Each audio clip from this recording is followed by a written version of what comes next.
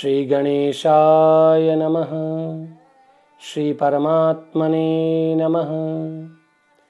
राजा युधिष्ठिर कहते हैं, हे जनार्दन विष्णु, आपसे प्रार्थना है, आप हमें चैत्रादि मास के दोनों पक्षों की एकादशी का महात्म्य और कथा श्रवण करा ही रहे हैं। अब आपसे हाथ जोड़कर विनती है कि कार्तिक कृष्ण एकादशी की पावन कथा को हमें सुनाइए।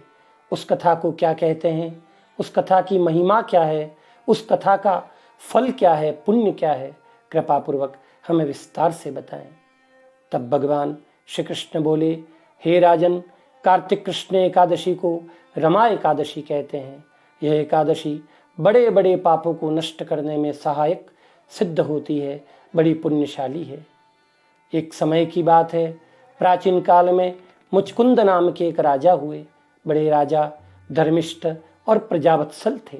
उनकी नगरी का प्रत्येक व्यक्ति एकादशी का पावन व्रत रखता था।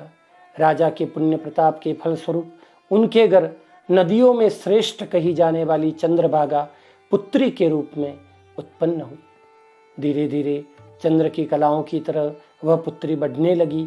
समय अनुसार राजा मुचकुंद ने अपनी पुत्री का विवाह राजा चंद्रसेन के पुत्र शोभन के साथ निश्चित कर लिया और विवाह पूर्ण हो गए। एक दिन राजा शोभन अपनी पत्नी के साथ अपने ससुराल आए। तभी वहां ढिंडोरा पीटा गया कि कल एकादशी है, कल नगर में कोई भी व्यक्ति अन्न ग्रहण न करे। जब शोभन ने इस ढिंडोरे की बात को सुना तो अपनी प्रिय पत्नी चंद्रभागा से आकर कहने लगा, हे देवी, मुझे बताओ, मैं तो एक क्षण भी भूखा नहीं रह सकता और कल एकादशी है, तुम्हारे नगर में कोई भोजन नहीं करेगा, ऐसी सूचना मिली है। तब चंद्रभागा कहने लगी, हाँ स्वामी, मेरे पिता के यहाँ बल्कि इस पूरे राज्य में एकादशी पर कोई अन्न ग्रहण नहीं करता, बल्कि पशु पक्षी जीव जंतु भी अन्न जल को ग्रहण नहीं करते हैं। इसलिए यदि आपने अन्न जल ग्रहण किया तो आपकी बड़ी निंदा होगी। अतः आप मन में विचार करके अपने चित्त को स्थिर करें। तब राजा शोभन ने कहा, देवी, जैसा विधि का विधान होगा ऐसा ही तो होगा।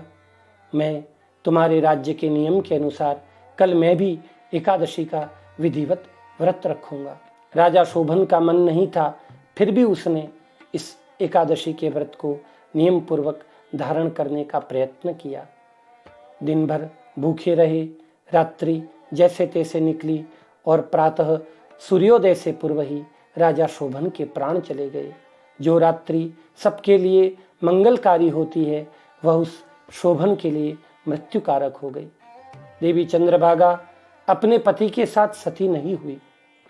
अपना शेष जीवन अपने पिता के घर पे निकालने का निश्चय किया।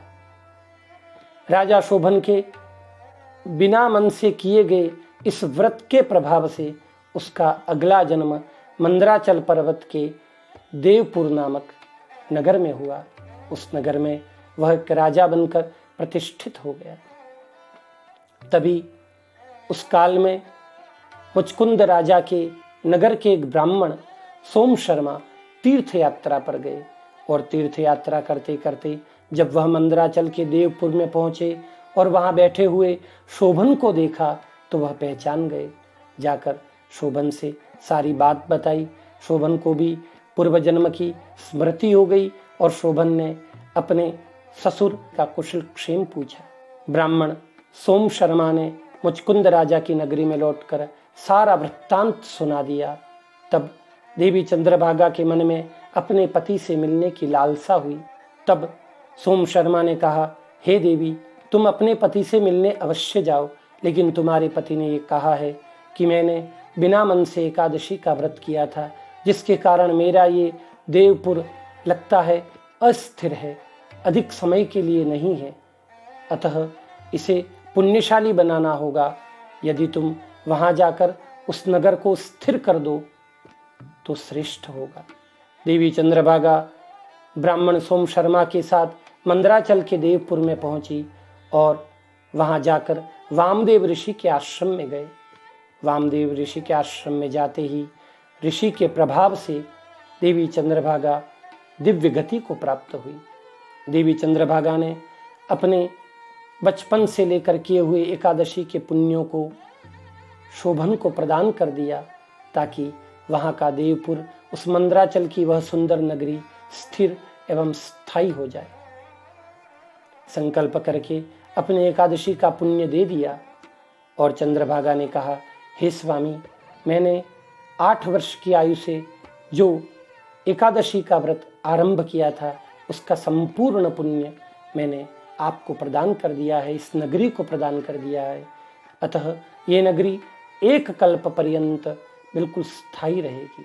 राजा शोभन ने अपनी प्रिय पत्नी चंद्रभागा को वाम भाग में स्थान प्रदान किया और एकादशी का ये पावन व्रत करते हुए वह दोनों उस देवपुर और मंदराचल की उस शिखर पर विहार करने लगे। राजन, मैंने तुम्हारे समक्ष रमा नामक एकादशी का वर्णन किया है।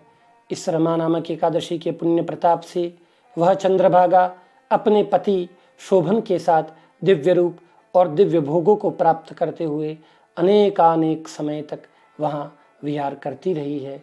यह व्रत चिंतामणि और कामधेनु के समान मनवांछित फल प्रदान करने वाला है। हे राजन, दोनों पक्षों की एकादशी में कोई अंतर नहीं समझना चाहिए।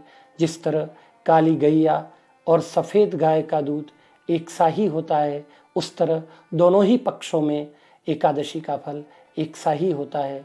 जो व्यक्ति एकादशी का पावन पुण्य व्रत करता है, वह मन की प्रत्येक इच्छा को पूर्ण करता है और अंततोगत्वा वह विष्णुलोक को प्राप्त होता है।